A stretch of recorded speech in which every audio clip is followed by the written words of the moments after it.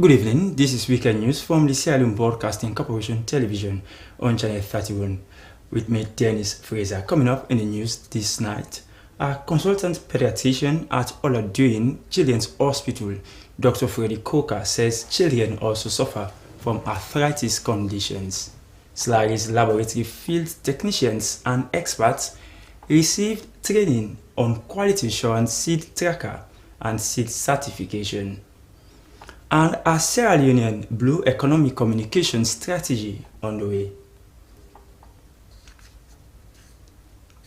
This report and more plus sport and entertainment are lined up on Weekend News. Stay with us if you can.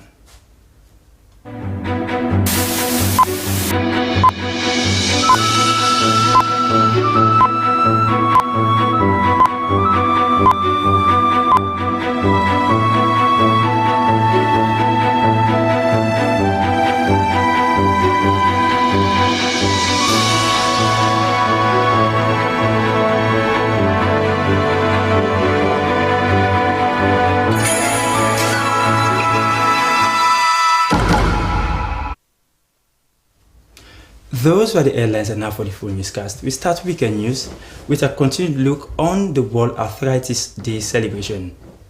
It has been disclosed that about 600 children in Sierra Leone are suffering from arthritis conditions. This disclosure was made by a consultant pediatrician at Oladuin Children's Hospital, Dr. Freddie Coker, during the commemoration of this year's World Arthritis Day. The commemoration saw our health work to raise awareness about arthritis in children and to empower patients with vital information. Let's join our reporter Christina Kamara, who begins our coverage. In Sierra Leone, it is believed that arthritis only affects adults, but recent studies have shown that arthritis also affects children. Arthritis is a rheumatologic condition that primarily affects the joints, muscles, bones, skin, and sometimes internal organs of humans. A consultant pediatrician at Oladuin Children's Hospital, Dr. Freddie Coker, disclosed that about 600 children in Sierra Leone are living with arthritis. It is believed that in Sierra Leone, we might be having over 600 children having arthritis. But because of lack of awareness, most of them are unidentified. Most of them are suffering in silence. Most of them, they are being accused of having illness related to witchcraft. Dr. Freddie Coker said arthritis can occur in children that are even less than a year old, adding that arthritis in children happen as a result of hereditary factors, high usage of antibiotics at an early age, among others. This arthritis can occur in children as young as less than 1 year of age, even children who are 9 months, 6 months, and have arthritis. So depending on the age, there are various things that we look out for. Nobody exactly knows what is because, medicine will call it idiopathic. Nobody knows exactly what is the cause. But then we have what we call risk factors. Okay, there are certain risk factors which have been identified as possible factors which can predispose a child to have arthritis. Dr. Coker said most of the children living with arthritis have been misdiagnosed for sickle cell, the reason they are raising awareness on such a rheumatologic condition. Most of the children that we saw over the past year that we end up diagnosing as having arthritis, these were children who have been treated for many years as sickle cell. So even among doctors, when they see those children with joint pain and all of that, what do you think is sickle cell? So most of them, they have been treated for sickle cell for many years and they are not getting better. But the awareness that is now going on, people are now going to say, oh, this is not sickle cell. Probably this could be arthritis. The health walk organized by Pediatric Society for African League Against Rheumatism was not just about commemorating World Arthritis Day, usually observed on the 12th October, but to raise awareness on its deadly nature and its emerging trend on children with a theme, raising awareness, empowering patients' voices. Pediatric Society for African League Against Rheumatism, PAFLA, is a Pan-African advocacy group established in 2019 to help children with arthritis condition by offering appropriate care and restore hope to them and their families. SLBC News are in Freetown. Christian Akama reporting.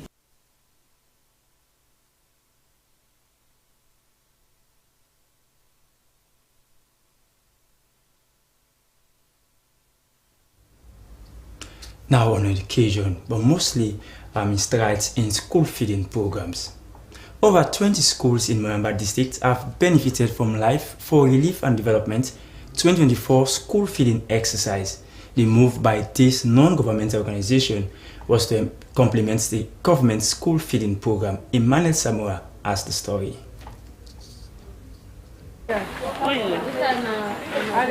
The smiles on the faces of the kids receiving the food signify that the food came as a relief to them and a motivating factor for them to be punctual in school. About 4,000 children drawn from over 20 government and government-assisted schools in Moyamba district received both cooked and uncooked packet food.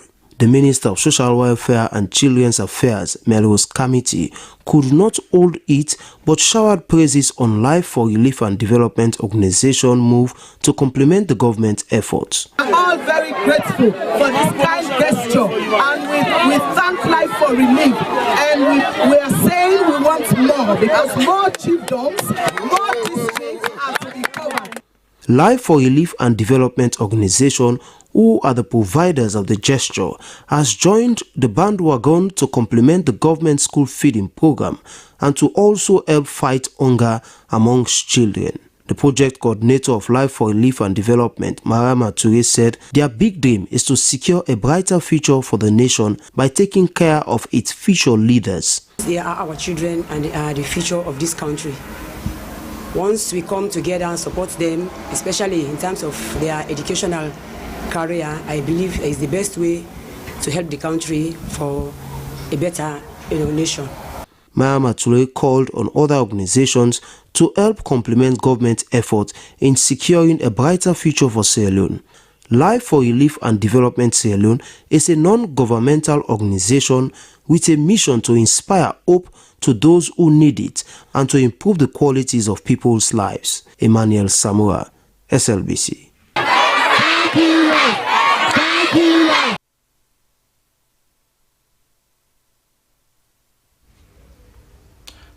And now, in a bid to ensure quality assurance to enhance seed quality in the country, the Sierra Leone Seed Certification Agency, with funding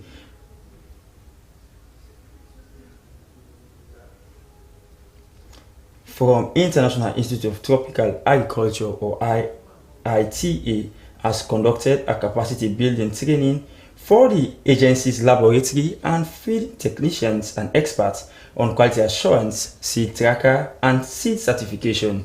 The move by the agency was to improve technology, innovation, and seed development. As Ibrahim Samuel reports, this session was held at Mile 91. These lab and field technicians and experts of the Sierra Leone Seed Certification Agency were drawn nationwide to be trained on the recently used technology called Seed Tracker, to track seeds in the field to get real-time information to determine quality assurance and enhance seed quality. Executive Director, Sierra Leone Seed Certification Agency, Dr. Robert Chakanda, said seed was the foundation for agricultural transformation, thus the training for these lab and field technicians to abreast themselves to new technology and innovation led the seed tracker to help make informed decisions on quality assurance, seed certification and compliance using technology. Dr. Chakanda told participants the session resonates to the clarion call of President Bio to achieving the feed saloon as the top priority of the Big Five game changers. The training we are having today, we have had several trainings for our technicians questions. But this specific one is unique because it is going to help us to make sure that whatever seed we grow now in this country, starting from rice and every other crop, is of high quality. It's a digitally supported kind of platform that they are doing the training. Especially when we say tracking the quality of seed, we run after the seed actors, maybe the seed producers, the vendors, and all the rest. But now we are going to do it digitally, that you don't blame anybody to say, oh, this person will give me license because of my performance. The digital record will show whether you're being qualified, or the material you're producing as seed for the country qualifies to even go on the market. So that is what is very, very important. It's the latest in this. Director General of SLAI, Dr. Abdul said Feed Saloon was an ambitious agenda launched by President Bio to ensure food sufficiency for its citizens. Stating with quality seed, it improves yield. Dr. Conte said with support from IITA, the institute has released series of varieties, citing the most recent groundnut variety, and underscored the importance of the training on seed tracker. Chairman Board of Directors Slbc, Amara Aidara Sharif, and SLAI Council, Dr. Alfred Dixon, said technology and innovation were key to agricultural productivity. They noted the important role of Slbc in agricultural transformation and the Feed Saloon agenda. Seeds are crucial to the increase in productivity and competitiveness of our agricultural sector. Somebody has said good varieties, good quality seeds gives you already 60% of your yield, and the remaining 40% comes from your good agricultural practices. But we have a very big role to play in the Feed Saloon program. We are mandated to ensure that the seeds, the agro dealers provide for farmers, or the farmer seeds themselves, are of high quality. Sir Hemon is the Deputy Minister of Agriculture too. He said with Feed Saloon agenda, government has drastically reduced the importation of rice, noting government introduced the Feed Saloon to make the country food secure. Workshop thank you. And when all of you here today to know that whatever you are learning here should not stay here, but should be practicalized in the field you are going to work in your respective district. Thank you very much. On that note, I declare this workshop formally open. Thank you. Digital agriculture is now the new method used in many African countries to increase productivity and competitiveness. And this seed tracker is a system that helps to inform the release of crop varieties and location of availability. Ibrahim Samora, Freetown.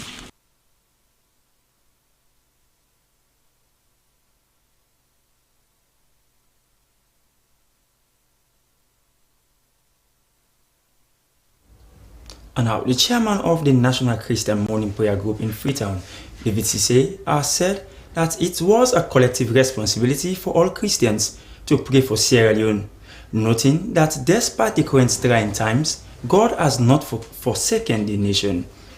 He was talking to the SLBC during the 15-year anniversary of the Arise and Shine Morning Prayer Group in Tengbetown. The National Christian Morning Prayer Group is a body consisting of 6 morning fellowship whose aim was to bring believers in the morning from different communities to pray and seek the face of God for their families, the body of Christ, and the nation.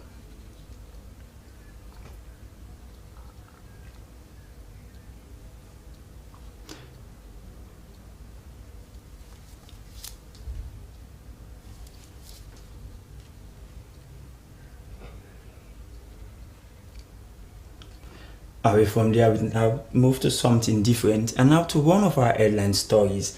Government representatives, communicators, community stakeholders and key players in the fishing sector have met at Ministry of Planning and Economic Development's office in Freetown Their meeting was to make vital inputs on the draft Blue Economy Communication Strategy, which aims at educating citizens on the sustainable management of aquatic resources. Joseph Tue tells us more. Sierra Leone is blessed with many marine resources, but it appears that many of its citizens are not aware of the social, economic, and environmental benefits of the blue economy to the country. The reason the Blue Economy Communication Strategy is being put together with key messaging to get citizens understood the benefits of marine resources, the negative effects of mangrove deforestation, among other things. The least man in Slbc, for example, will know about the blue economy and will know what could be their own role in ensuring that we deliver on the mandates of the blue economy. For example, people involved in bad fishing methods. We have initiatives that are talking about ensuring that we bring in good fishing instruments that will replace those bad fishing instruments. We have strategy that speaks about advocacy, education, capacity building for fisher folks, fishmongers, women in fishing. We have capacity building programs for them. Representing the consultant, Emmanuel Toure from the Ministry of Information and Civic Education told the gathering that the document would see to the development of communication materials of what the blue economy is all about to various sects of the society. It's also aimed at mobilizing support among government institutions, potential investors, and local councils. He said they want a communication strategy with clarity, conciseness, consistency, credibility, accuracy, accountability, transparency, and ethical standards with feedback from its various audiences. Some of the participants recommended that the messaging should target politicians and also speak to the enforcement of environmental laws. They also stated that monitoring and evaluation components of the strategy should be indicated, categorizing audiences into primary and secondary levels, and develop unique messages for each audience targeted. One vital input was that amid the use of conventional and the new media to disseminate the messages on the blue economy, they should also capture traditional means of communications, theater, and songs. After thorough consultations on finalizing the strategy, its implementation is expected to commence in 2025. SLBC, Joseph Toure reporting.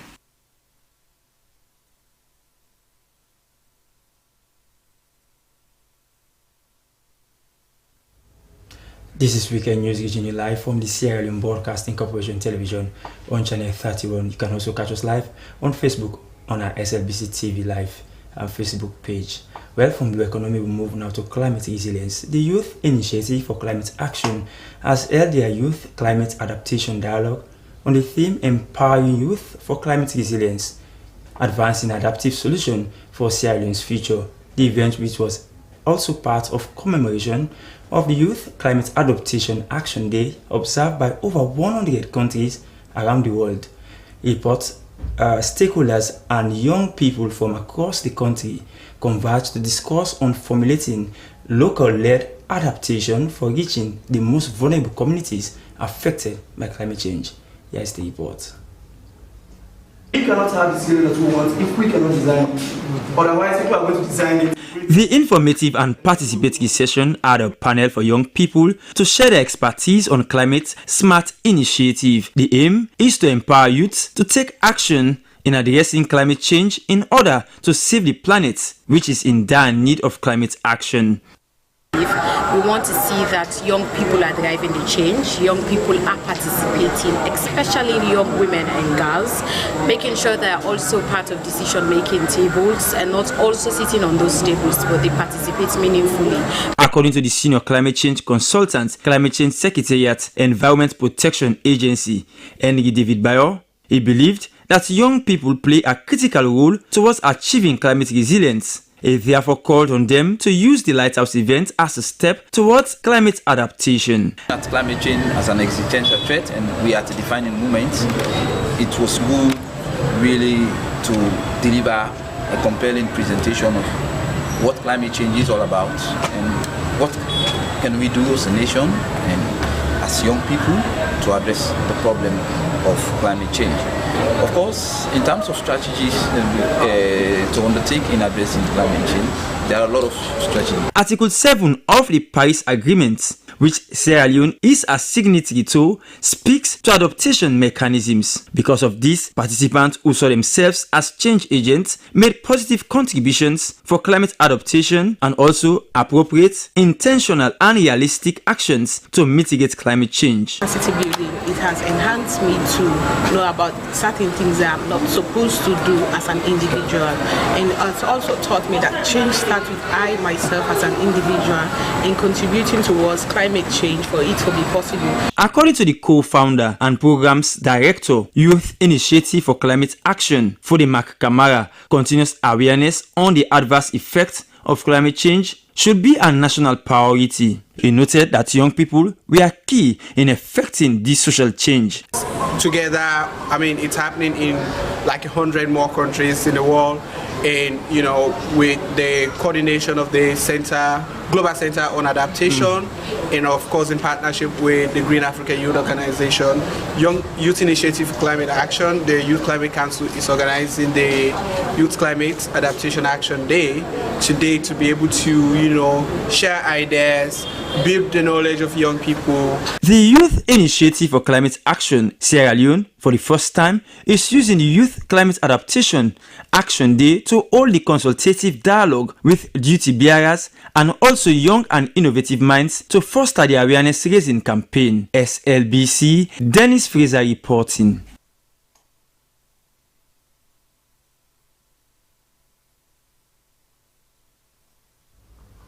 And now to stories on education. Minister of Basic and Senior Secondary Education, through the Free Education Project Secretariat, has paid a site visit to Kenema, hostel and boarding home in Lower Chiefdom, Kenema District. The site visit was to ensure government's commitment in ensuring better and quality environment for girls outside Kenema who couldn't afford shelter. Moses Conte reports. Cases of rape, kidnapping, and other gender-based violence activities have been alarming in recent years, and most of those affected were pupils traveling from far distance to school, and parents sending their children to family members for guide while going to school. And Lower Chiefdom in Kenema District is no exception to that threat. If school not there, the BD source there, I think say all the guys picking away they go carry all go there, because when they all man they go to various schools there.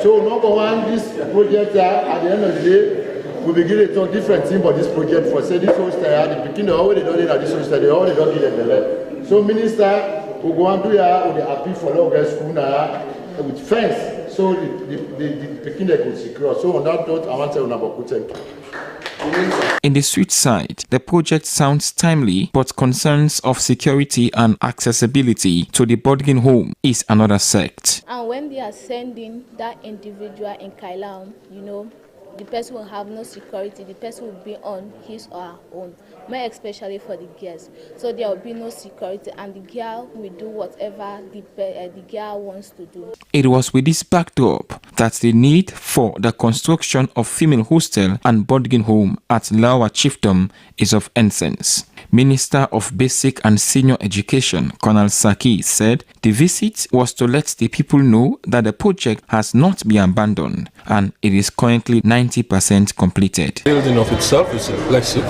The facilities that it has on offer will offer our young people a very safe and conducive environment. But obviously there are some additional facilities that we need to add to make the building fully functional.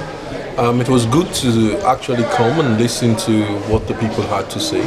It was very clear from what they have said that the school is needed, the hostel is definitely needed, but there needs to be some safeguards. And I'll go back and make sure that we put those safeguards in place. The hostel and boarding home makes provision for several facilities, including kitchen, electricity, rooms, and wash facilities.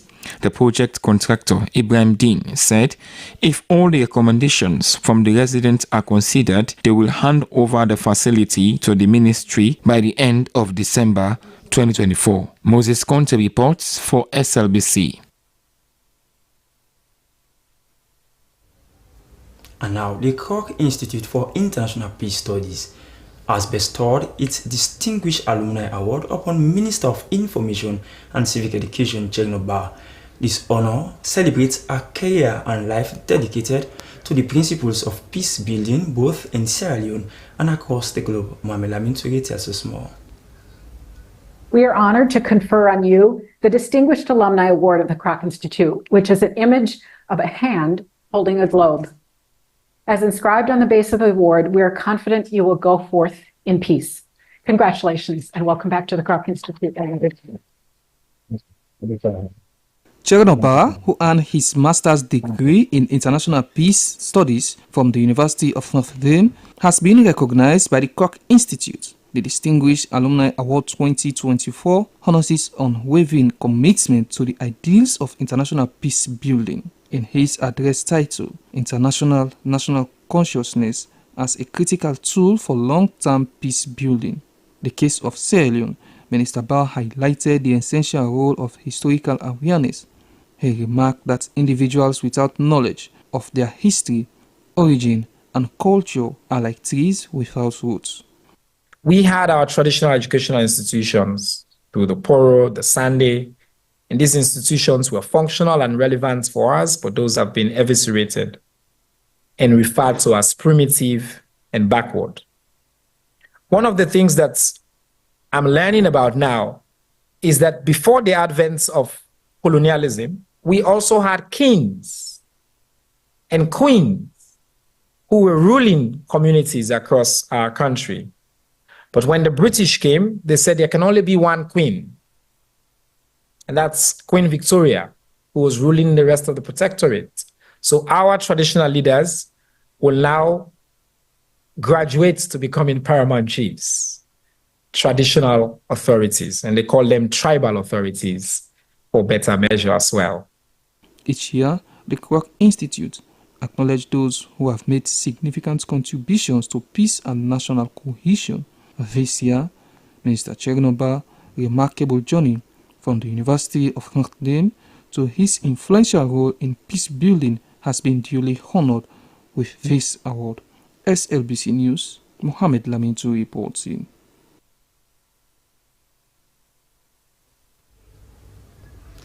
In an attempt to capacitate young people in the Waterloo environs, management and staff of Mayo College has offered free training exercise and certification to young people on solar installation, tailoring, and catering. The venture was also an attempt to prevent youths from substance abuse and other unlawful acts. Mohamed Kurma reports. Waterloo community is considered one of the areas where young people engage in substance abuse and other unlawful acts. This was what prompted the management and staff of Mayo College in Waterloo to capacitate young people within the community with knowledge and skills in solar installation, tailoring, and catering. The young people completed the exercise free of charge and were certified for a job well done. The venture, according to the academic advisor of the college, Professor Paul Aliu Kamara, was to make the youth resourceful in society, thereby reducing burden on the government. We put 3-point plan. One, making them independent. Second, making them an ambassador of help. That once they are developed, they can develop other people. Number 3, reducing the pressure from government. When you have, a well-skilled young man, they will think of advancing their life than getting involved in problems. Director of Studies, Mayo College, Alhaji Alpha Sise, said they saw the free training exercise and certification as timely, adding that they intend to empower more young people as some of those they trained had already secured jobs. The beneficiaries were delighted for the support, pledging their commitment to utilize the knowledge judiciously. For SLBC, Mohamed Kouma reporting.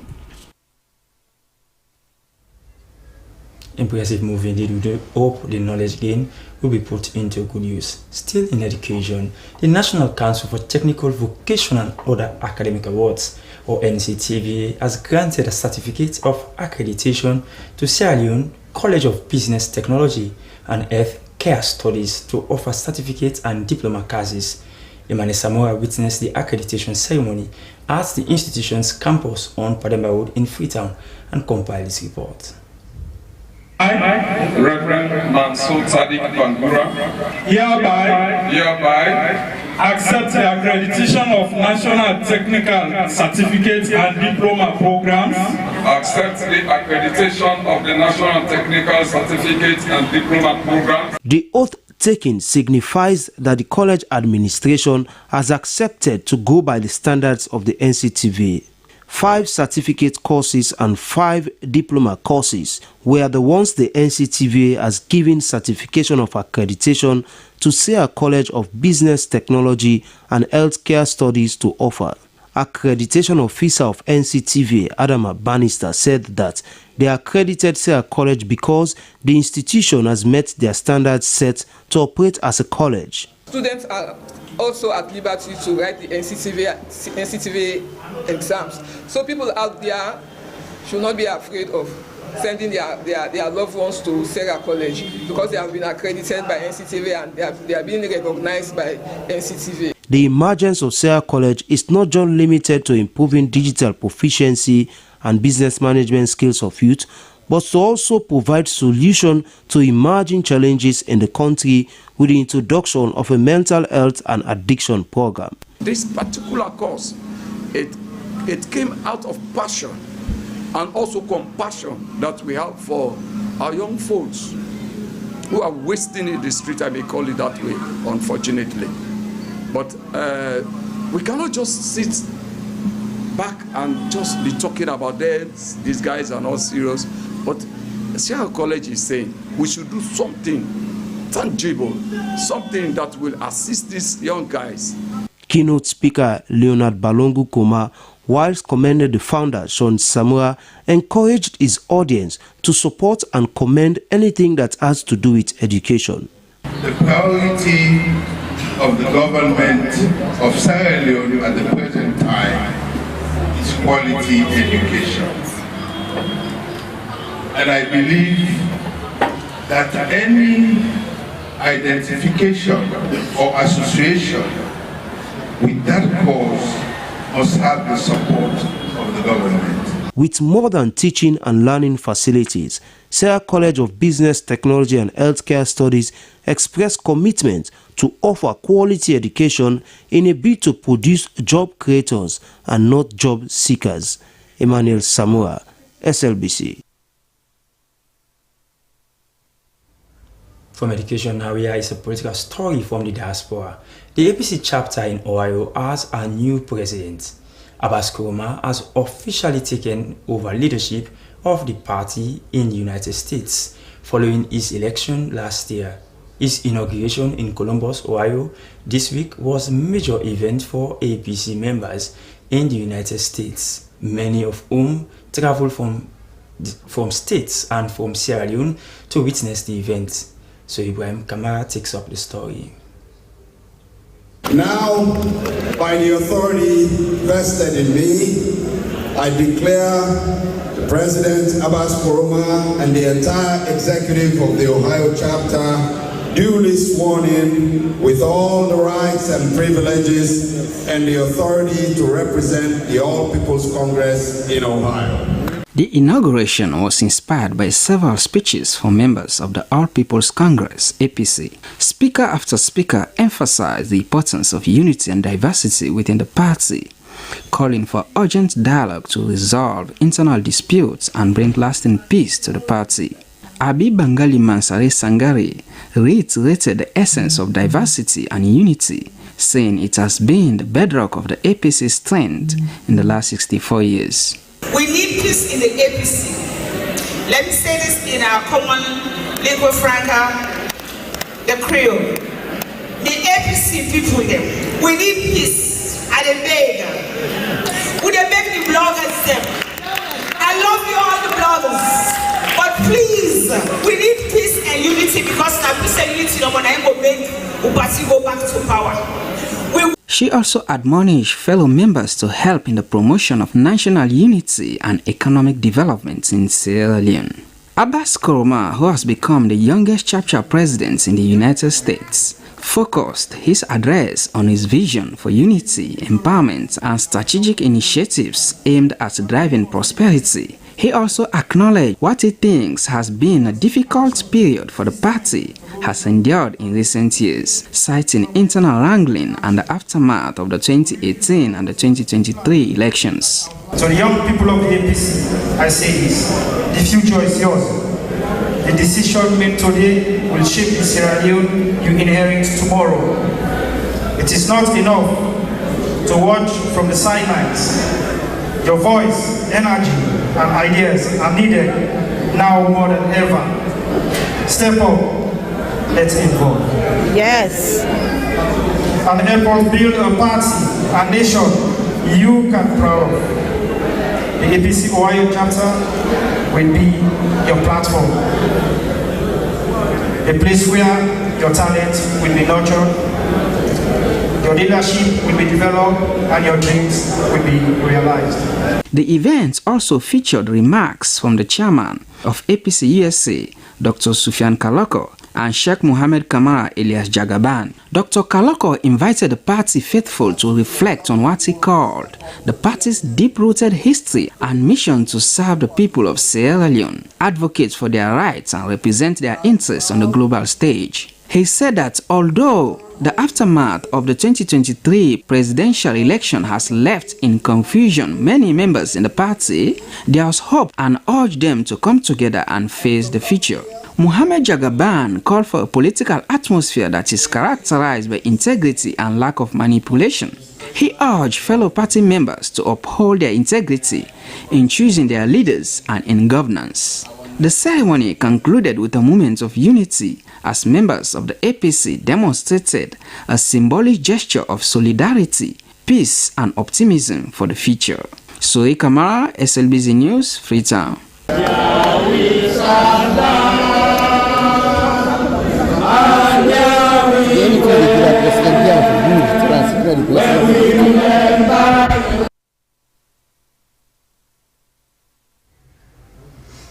This is Weekend News reaching you live from the SLBC. The news continues. Your junction located in the eastern part of Freetown, once bustling up for traders and commuters, is now becoming an unsightly and hazardous dumping ground.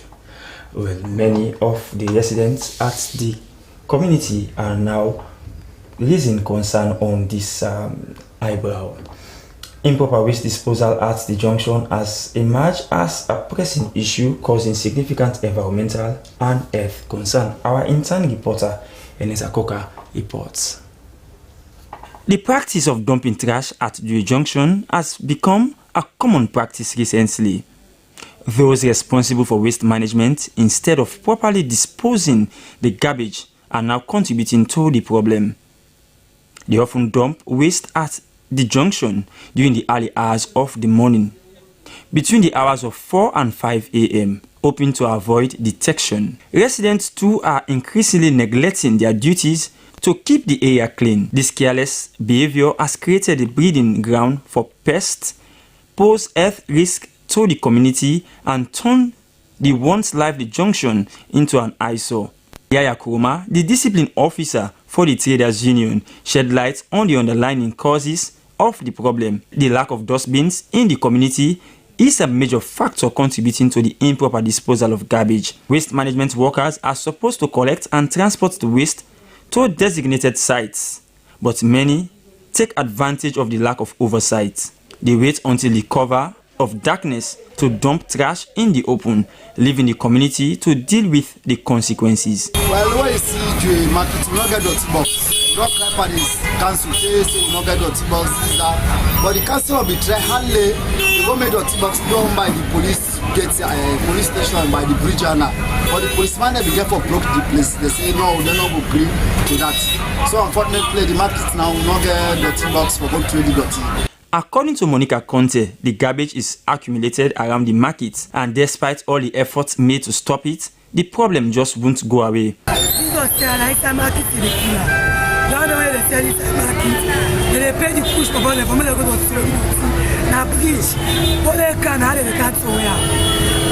challenge, I don't talk, say for stop them. Don't be say they do. Now let's say why they count to where. So the only way to stop them, that's if they count police or security with the guide now. They're 1 week saying yeah. That's a minute until they stop. As a food vendor, she is particularly concerned about the health risk posed by the unsanitary conditions. She also believes the only solution is to hire monitors to oversee the junction throughout the night, ensuring that waste is properly managed and not carelessly dumped. As the piles of garbage continue to grow, so too does the need for a solution. The residents of Jure Junction must come together to demand better waste management practices before the situation spirals further out of control.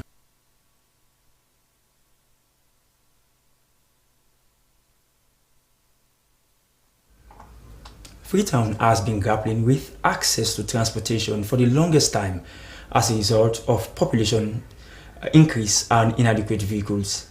As a way to lessen the problem, the Freetown City Council, together with its development partners, has presented a report on a feasibility study for the cable car project in Freetown. The project, which is part of FCC's Transforming Freetown initiative, aims to ensure ease of access and affordable transportation in Freetown. Moses Conte reports. The presentation of the visibility study for the cable car network in Sierra Leone marks a significant stride for Freetown to compete with advanced cities that have made much progress in promoting access to transportation. As part of the Transforming Freetown and Transforming Lives initiative, Mayor of Freetown, Yvonne Akisoya, said the outcome of the 2-year study will woo investors to invest in Freetown. The mayor, who lauded the contribution of the government and development partners, said when all necessary documentations will have been complete, the project is not only expected to ease transportation challenges, but also it will create over 1,200 jobs for women and girls. The purpose of going through a feasibility study is to determine whether this idea, this concept, this notion that you thought was a good idea can really work in practice. So I am so happy that the technical consultants, the financial consultants, the social, environmental impact assessors, everyone's work has now culminated in a conclusion that this project is viable.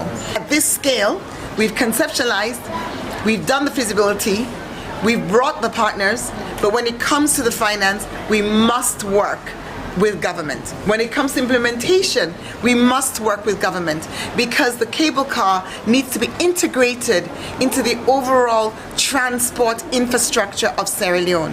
There needs to be regulation, there needs to be laws passed, there has to be oversight. You don't just come and bring a new transport system like this independently. It has to be something that will go through Parliament. You know, there's a whole sort of legislative framework that needs to be created, and that must be done in collaboration with government. Project lead Nemisha Par said the 2-year study considered issues of gender disparity, disability environment, alternative sources of energy, and how resources will be generated. The report shows that the cable car has 5 stations: Central Business District, Eastern Police, Mountain Court, Upgon, and Kisi Terminal. Development partners commended the move by the mayor and promised their continual support. The drivers' union, women representative, and students also applauded the initiative. The cable car project is expected to take 18 months to operationalize. Moses Conte for SLBC.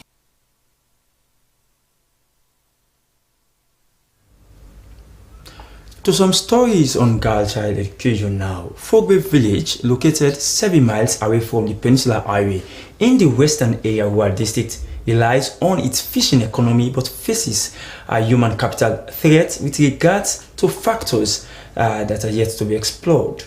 At Fogbo, an alarming rise in teenage pregnancies is posing serious challenges for young girls, many of whom are forced into early motherhood. This disrupts their education, limits their opportunities, and creates a long-term negative impact on both their future and the overall development of their community. Our intern reporter, Henrietta Coker, has been examining the situation. At the heart of this issue is poverty. which has become a vicious circle for Fogbo's youth.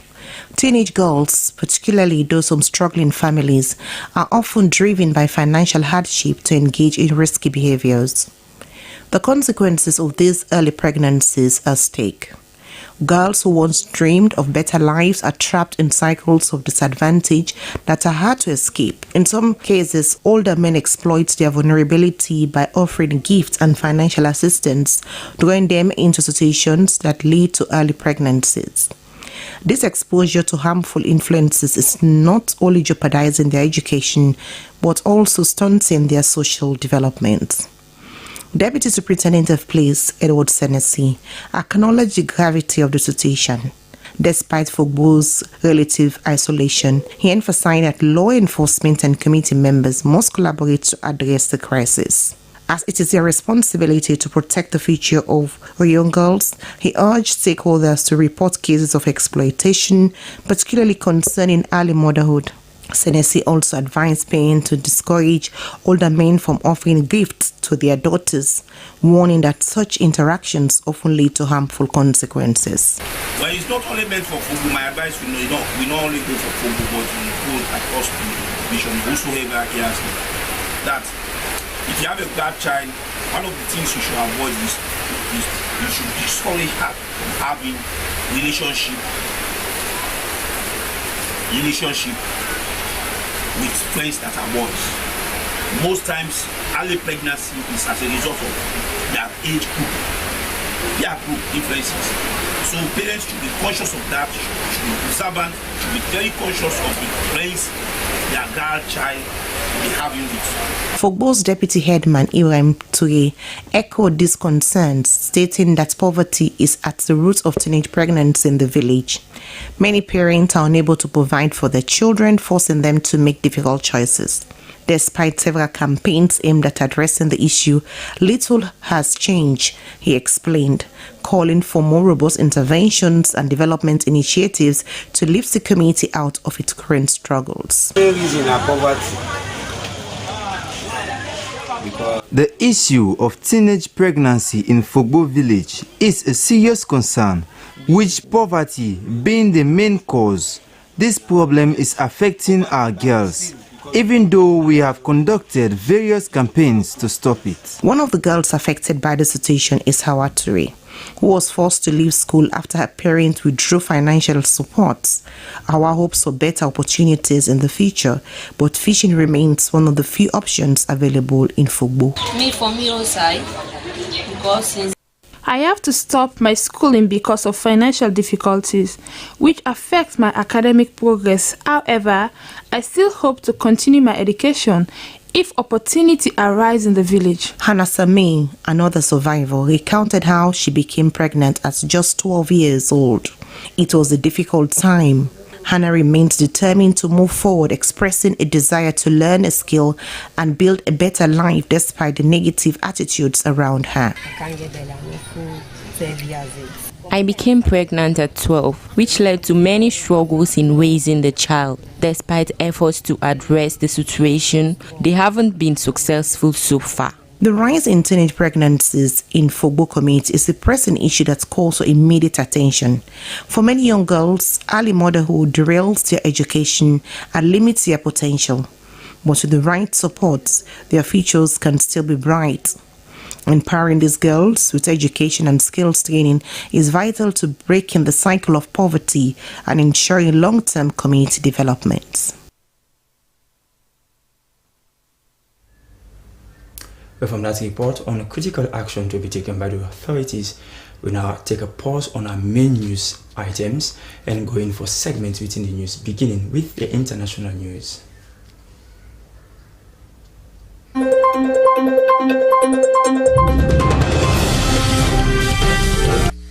Hello and welcome to the international news. My name is Aminata Fofana. A foot believed to belong to a British climber who went missing 100 years ago has been found on Mount Everest in a discovery that may solve one of mountaineering's biggest mysteries. Andrew Cummins Sandy Irvine had attempted to climb Everest in June 1924 with his partner George Mallory when the pair vanished. While his partner's remains were eventually retrieved, Ivan's body was never discovered, but last month a team of climbers filming a National Geographic documentary stumbled on the foot revealed by melting ice on a glacier. Well-known adventurer Jimmy Chin, who led the team, hailed the discovery as a monumental and emotional moment. Many have wondered if his team succeeded in becoming the first people to summit Everest 29 years before Edmund Hillary and Tenzin Norgay reached the top. Over the years, some have tried to search for Ivan's body, as he was said to have been carrying a camera with undeveloped film, which could prove that he and his climbing partner George Mallory had succeeded. Some people have been killed in a Russian strike close to Ukraine's port city of Odessa in the fourth such attack on the Black Sea coastal region in 5 days. A 16-year-old girl, 2 women and a man were among those killed in the strike on a 2-floor building housing a mushroom farm where civilians lived and worked, officials said. Odessa Regional Head Ole Kipler said that in just 2 days, Russian forces had killed 13 people after a grand ship was attacked in the port early on Thursday. Russia has escalated its attacks on Ukraine's grain port industry in the past week, but has not commented on its wave of missile strike on the Odessa region. There have been ballistic missile strikes on Odessa's ports before, but never so many in quick succession. A 9th victim of Wednesday night's attack died in hospital overnight. 1 person has died and 23 others have been rescued after a lift malfunctioned at a disused Colorado gold mine.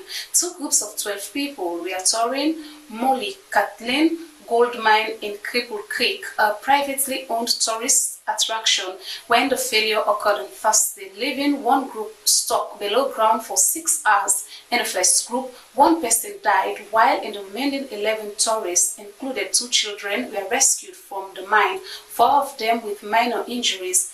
The second group of 12 were stranded in a tunnel at the bottom of the mine, but all were returned to safety later in the day. The hour-long tour takes visitors 1,000 feet, 305 miles down the shaft into the southwest side of Pikes Peak, according to the tour company's website. Officials say the lift descending into the gold mine had a mechanical issue around 500 feet beneath the surface, creating a severe danger for the participants. Kenya has appealed for urgent financial support from the international community to sustain a police deployment in Haiti, which has been extended by a year. The multinational security mission, which began in June, is helping fight gangs controlling much of the capital, Port-au-Prince, and nearby areas. More than 3,600 people have been killed in the country since January, including over 100 children, while more than 5 million Haitians have been forced from their homes, the UN said. Kenya's President William Ruto said on Friday. He was speaking after a meeting in Kenya's capital, Nairobi, with Haiti's Prime Minister Gary Conil. Violence in Haiti is still rife, and a UN human rights expert has warned that gangs are targeting new areas, causing further displacement. That's the international news. My name is Aminata Fofana. Thanks for watching.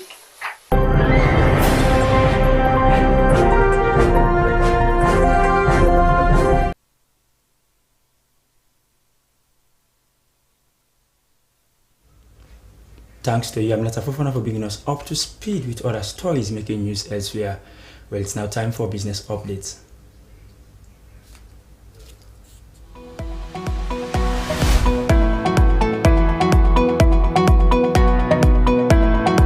Hello and welcome to Business Update, this segment that brings you insights in business and its contribution towards positively impacting the economy. I am Dennis Fraser. Today we shall look at the low sales experienced by traders of local cloths of recent times.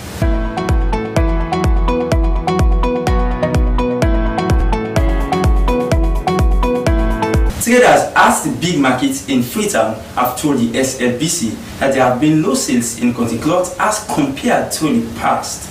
They said demand for local products only increased during festive seasons, and that this is so because mostly tourists come around to purchase them.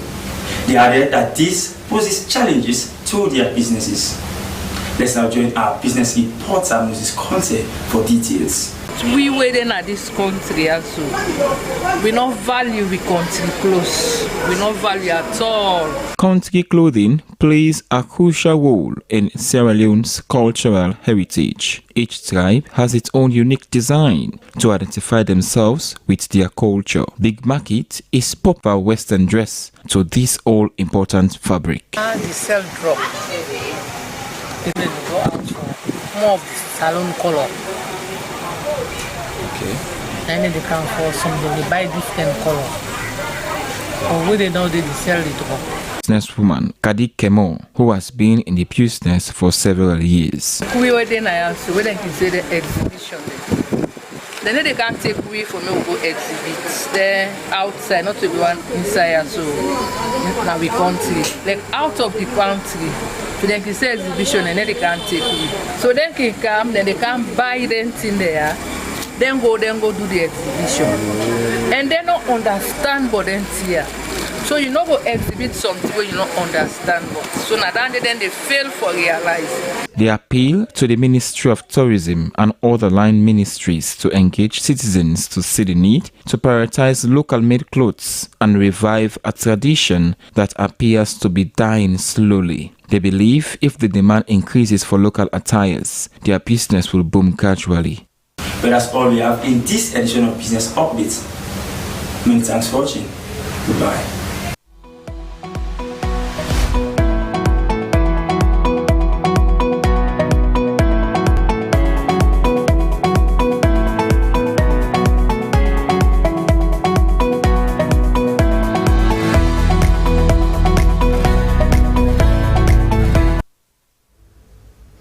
Let's now join our sport desk for the sports updates.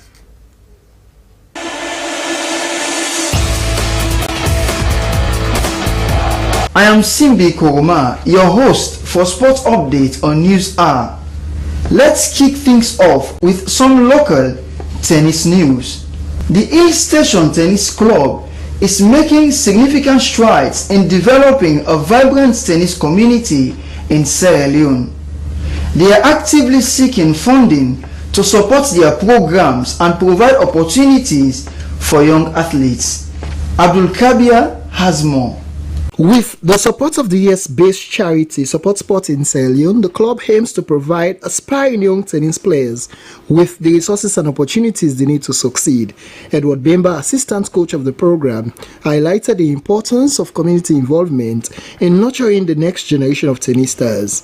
He expressed gratitude for the support received from Support Sport in Sierra Leone and emphasized the potential for future collaborations to further elevate the sport in the country. The pressing needs of the tennis kids program, we need support for tennis equipment, example like tennis balls, tennis rackets, shoes, and also the kids need some food after training, because some of them come to train hungry, because some of these kids are really underprivileged kids. So if we can help, if we can get help with those things, that would be a big help to the program. The Hill Station Tennis Club is planning a grand return in 2025, offering a new season of training and competition for young players across Sierra Leone.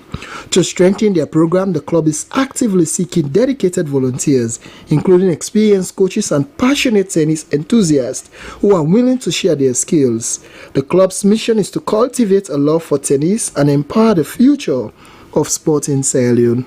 Switching gears to the international scene, we have a fascinating story from the world of basketball. 5 times NBA champion Derek Fisher is currently in Kenya, enjoying the country's stunning wildlife and exploring potential avenues to nurture basketball talent in the East African region.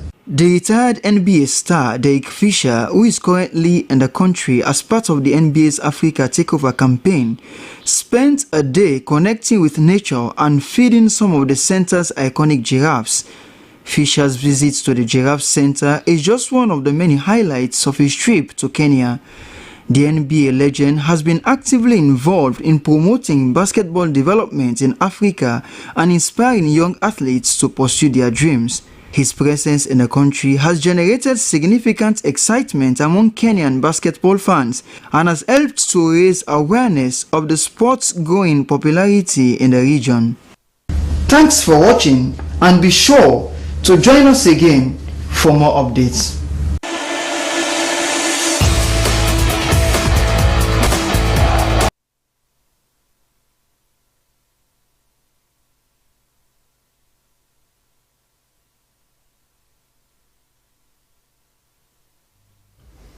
Many thanks indeed to Mohamed Simbiko Madia for the sports update. We're from Sport, that's how big news are to a close. But before we go, I'll look at your headlines again.